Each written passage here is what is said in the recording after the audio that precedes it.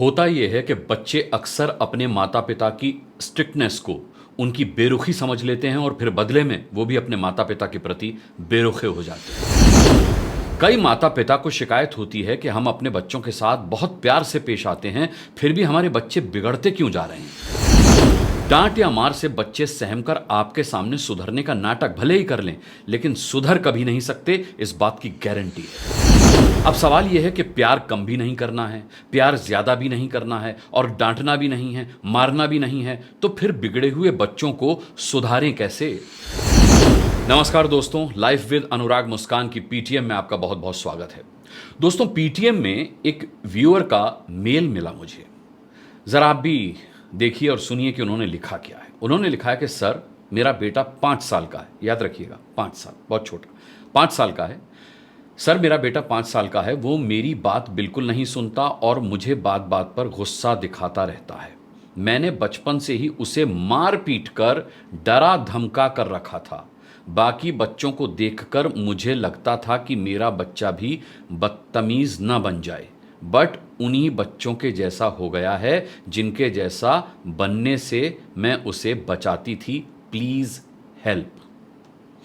दोस्तों, ये तो मैंने सिर्फ एक मेल पढ़ा है, लेकिन इस जैसे ही कई सारे मेल और मैसेजेस मुझे रोज़ मिलते हैं कि बच्चों को हम डांट भी रहे हैं, मार भी रहे हैं, लेकिन हमारे बच्चे नहीं सुधर रहे।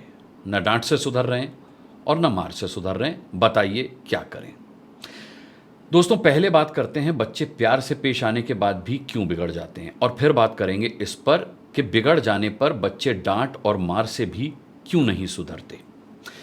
दोस्तों, बच्चे प्यार से पेश आने पर भी बिगड़ जाते हैं, ये बहुत ही सेंसिटिव मामला है, बहुत ही संवेदनशील और बहुत ही गंभीर विषय है, क्योंकि ये बच्चों को दिए जाने वाला प्यार ना एकदम चाय में चीनी की तरह होता है। ज़रा सा कम रह जाए तो भी जायका बिगड़ जाएगा, और ज़रा सा ज़्यादा हो जाए तो भी जायका बिगड़ जाएगा। बच्चों को दिया जाने वाला प्यार बहुत ध्यान से बैलेंस किया जाना चाहिए, जो कि अक्सर हम माता पिता नहीं कर पाते। देखिए, मैं हम माता पिता कह रहा हूँ, अपने आप को भी शामिल कर रहा हूँ। मुझसे भी गलतियाँ हुई हैं। हम बच्चों को प्यार जताने में या तो अंडर एक्सप्रेसिव होते हैं या फिर ओवर एक्सप्रेसिव होते हैं। अंडर एक्सप्रेसिव का मतलब ये हुआ कि जब जहाँ हमें अपने बच्चों को जितना अप्रिशिएट करना चाहिए, हम उन्हें वहाँ उतना अप्रिशिएट नहीं कर पाते, कंजूसी कर जाते हैं। और ओवर एक्सप्रेसिव होने का मतलब ये हुआ कि कई बार हम अपने बच्चों पर इतना ज़्यादा प्यार लौटा देते हैं कि वो प्यार की सीमा से निकलकर लाड़ की सीमा में चला जाता है। अगर हम अपने बच्चों को प्यार देने में इन दोनों स्थितियों के बीच का रास्ता निकालना सीख गए ना, या बीच का रास्ता निकालने में सफल हो गए, तो समझ लीजिए कि आधा काम तो आपका हो गया। आधा क्या, बल्कि पूरा काम हो गया। क्योंकि हमारे अंडर एक्सप्रेसिव होने से हमारे बच्चे हमें अपने बाकी दोस्तों के मम्मी पापाओं की तुलना में बेरुखा यानी कि रूड समझने लगते हैं, है ना। और फिर बदले में वो भी अपने माता पिता से बेरुखे हो जाते हैं। जैसे मैं बताता हूँ आपको, पहले के समय में आपने सुना होगा कि कई लोगों के पापा लोग अपने बेटे या बेटी की किसी उपलब्धि पर अंदर से चाहे जितने भी खुश क्यों ना हो, या पीठ पीछे अपने बेटे या बेटी की उस उपलब्धि पर किसी से मोहल्ले भर से उसकी तारीफ क्यों ना करें, लेकिन अपने बेटे या बेटी के सामने या सीधे उनसे उनकी तारीफ नहीं करते थे। उनके इस व्यवहार से उनके बच्चों को कभी पता ही नहीं चल पाता था कि उनके पापा उनसे कितना प्यार करते हैं, बल्कि वो अपने पापा को बहुत अक्खड़ समझते रहते थे, बेरुखा समझते रहते थे। और नतीजा ये कि ना बच्चे पापा का ही प्यार ठीक से पा पाए, यानी कि पापा का ही प्यार ना तो बच्चों को ठीक से मिल पाता था, और ना ही बच्चे बदले में अपने पापा को ही प्यार दे पाते थे। मतलब प्यार का ये बहुत ज़बरदस्त इम्बैलेंस हुआ करता था, और ऐसे मामले आज भी बहुत देखने और सुनने को मिलते हैं। मैंने कई बच्चों को ये कहते सुना है कि हमारे पापा तो बहुत स्ट्रिक्ट हैं, उनसे तो बात करना ही बेकार है, उनसे तो बात करने में हमें बहुत डर लगता है। जबकि उन बच्चों की मम्मियाँ ये दावा करती हैं कि इन बच्चों के पापा इन्हें बहुत प्यार करते हैं, बस जताते नहीं हैं। अरे भाई, किस दिन का इंतज़ार कर रहे हैं पापा लोग, आप कब जताएंगे अपने बच्चों से अपना प्यार।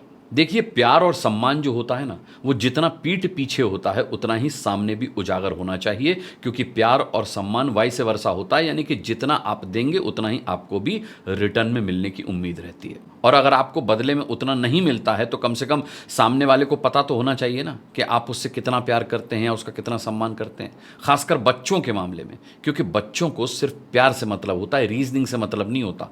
वो इतने बड़े या समझदार नहीं होते कि आपका छिपा हुआ प्यार आप में देख लें या समझ लें।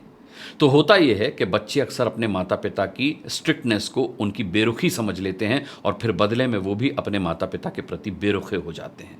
फिर वो चिढ़कर अपने माता पिता का कहना मानना बंद कर देते हैं और माता पिता की नज़र में उनके बच्चे बिगड़े हुए बन जाते हैं। दूसरी तरफ वो माता पिता होते हैं जो ओवर एक्सप्रेसिव होते हैं प्यार जताने के मामले में, है ना।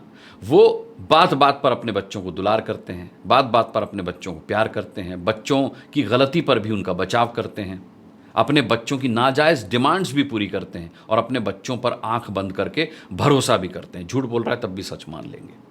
ऐसे माता पिता को पता ही नहीं चलता कि ये अपने बच्चों के प्रति उनका प्यार नहीं बल्कि लाड़ है, और लाड़ बच्चों को सबसे ज़्यादा बिगाड़ता है। लाड़ में बच्चों के सबसे ज़्यादा बिगड़ने के चांस रहते हैं, क्योंकि बच्चे फिर अपने माता पिता के लाड़ का नाजायज़ फ़ायदा उठाने लगते हैं।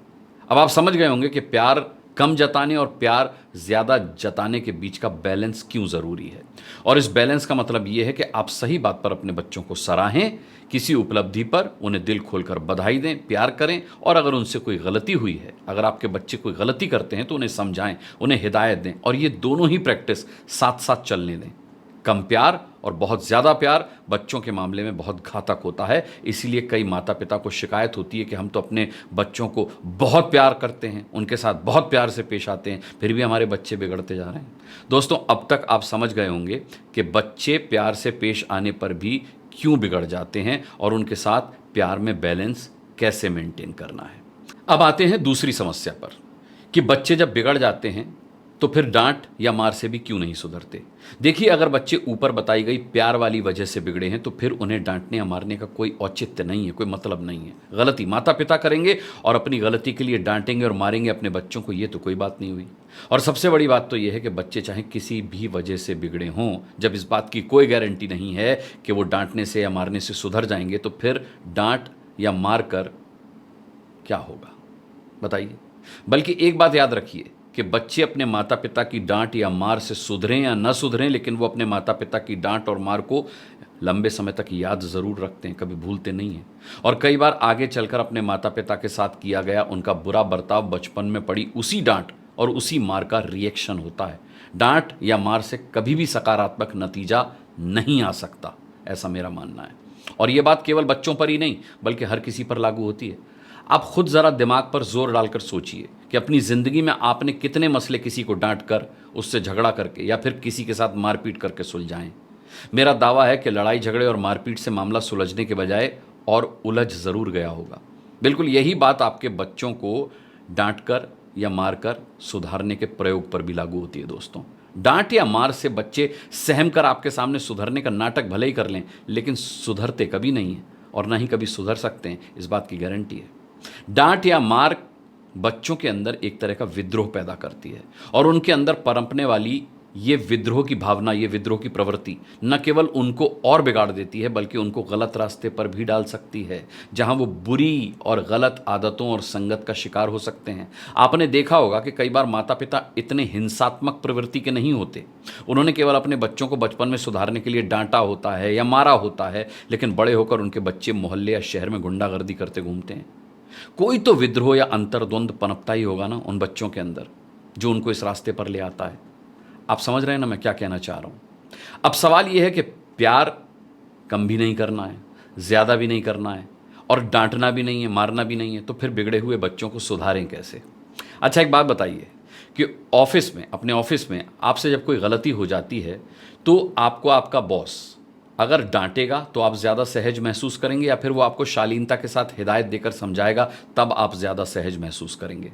घर पर आने वाली काम वाली बाई को भी किसी गलती पर अगर डांट देते हैं ना तो वो भी 2 दिन की छुट्टी मारकर उसका बदला ले लेती है। तो फिर आप अपने बच्चों से ये उम्मीद किस आधार पर करते हैं कि आपकी डांट से या मार से वो आपका कहना मानने लगेंगे या सुधर जाएंगे। देखिए, एक बात की गांठ बांध लीजिए कि बच्चे तभी सुधरेंगे जब उन्हें अपनी गलती का एहसास होगा, और उन्हें आप डांट कर या मारकर उनकी गलती का एहसास कभी नहीं करा सकते। बच्चों के मन में आपकी डांट या मार से यह भावना आती है कि भले ही उनकी गलती थी, लेकिन उनके माता पिता ने उन्हें डांटा, उन्हें प्यार से भी तो समझा सकते थे। डांटने या मारने की क्या जरूरत थी? मतलब यह कि आपको हर बार उन्हें पूरी शालीनता के साथ उनकी गलती बतानी होगी, उन्हें हिदायत देनी होगी। कुल मिलाकर उन्हें इतना सहज करना होगा कि वो अपनी गलती को एक्सेप्ट कर पाएं। आपकी डांट और मार से बच्चों के अंदर गलती एक्सेप्ट करने वाली भावना मर जाती है, ये सोचकर कि अगर उन्होंने गलती की भी थी तो आपने भी तो उसके बदले में उन्हें डांट लिया या मार लिया, हिसाब बराबर।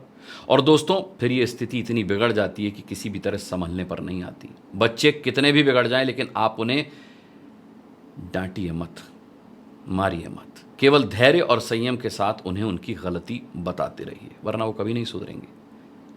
गलती बताते रहिए, प्यार के साथ, संयम के साथ, धैर्य के साथ। एक दिन उन्हें अपनी गलती का एहसास होगा और फिर हालात अपने आप बदलने शुरू हो जाएंगे, आप देखिएगा। लेकिन केवल डांट कर और मारकर आप बच्चों को उनकी गलतियां गिनवा तो सकते हैं, लेकिन उन्हें उनकी गलतियों का एहसास नहीं करवा सकते। दोस्तों, बहुत मुश्किल नहीं है बच्चों को आप जैसा चाहते हैं वैसा बनाना। बच्चे तो ब्लैंक कॉपी की तरह होते हैं।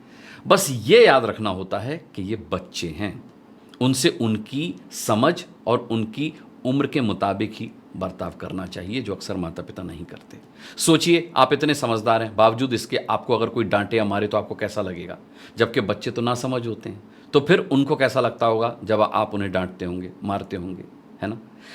जैसे आप चाहते हैं कि आपकी गलती पर या आपके बिगड़ने पर आपको ट्रीट किया जाए ना, बिल्कुल वैसे ही आप अपने बच्चों को ट्रीट किया कीजिए, बेहतरीन परिणाम आएंगे। दोस्तों, मेरी बात में अगर आपको कोई संशय है, कोई कंफ्यूजन है, तो कमेंट करके बताइएगा ज़रूर, और इस वीडियो को ज़्यादा से ज़्यादा शेयर भी कीजिएगा, जिससे बहुत सारे बच्चे कम प्यार, ज़रूरत से ज़्यादा लाड़, डांट और मार से बच सकें। मैं अगला मुद्दा लेकर बहुत जल्द आपके सामने हाजिर होता हूं। तब तक के लिए अपना और ख़ासकर अपने प्यारे प्यारे बच्चों का बहुत बहुत बहुत ख्याल रखिएगा। मुझे अभी के लिए इजाज़त दीजिए। नमस्कार।